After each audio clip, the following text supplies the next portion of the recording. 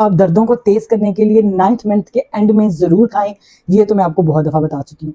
9th month में आपने अब कौन सी फूड नहीं खानी जो आपके बच्चे को नुकसान दे सकती है, आज उसी का जिक्र करते हैं। सबसे पहले आपने 9th मंथ के अंदर एग, आप कहेंगे कि डॉक्टर साहब आप तो पहले महीने से कह रही हैं कि एग जरूर खाना है। हाँ जी, फर्स्ट डे से लास्ट डे तक एग जरूर खाना है आपने, लेकिन अंडा कच्चा नहीं होना चाहिए। कच्चा अंडा जो है वो सख्त नुकसानदेह है आपके लिए और आपकी बेबी की ग्रोथ के लिए। कच्चा अंडा किसी सूरत, अगर बॉयल एग है तब वो हाफ बॉयल नहीं होना चाहिए, अगर वो फ्राई एग है तो हाफ फ्राई नहीं होना चाहिए, अगर वो ऑमलेट वगैरह है तो वो फुल कुक होना चाहिए।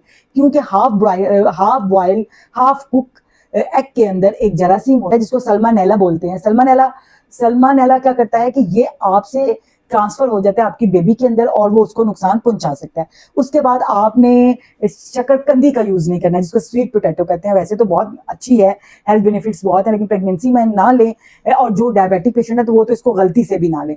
उसके बाद आपने प्रेगनेंसी के अंदर कच्चा दूध यूज नहीं करना, या कोई ऐसी प्रोडक्ट जो कच्चे दूध से बनती है उसको आपने प्रेगनेंसी में यूज नहीं करना, वो आपके बेबी की ग्रोथ के लिए नुकसान। मीट नहीं लेना, अगर आपको गोश्त छोटा खाएं बड़ा खाएं, अच्छा पका हुआ खाना लें, लेकिन जो प्रोसेस मीट होता है, जो आजकल बहुत ही ज्यादा चीजें मार्केट में आई हुई हैं, नगेट्स हैं, कोफ्ते हैं, और भी बहुत सी चीजें हैं, जो प्रोसेस मीट है वो आपके लिए और आपकी बेबी की ग्रोथ के लिए सख्त नुकसानदेह है, उसको आपने अपनी डाइट से दूर रखना।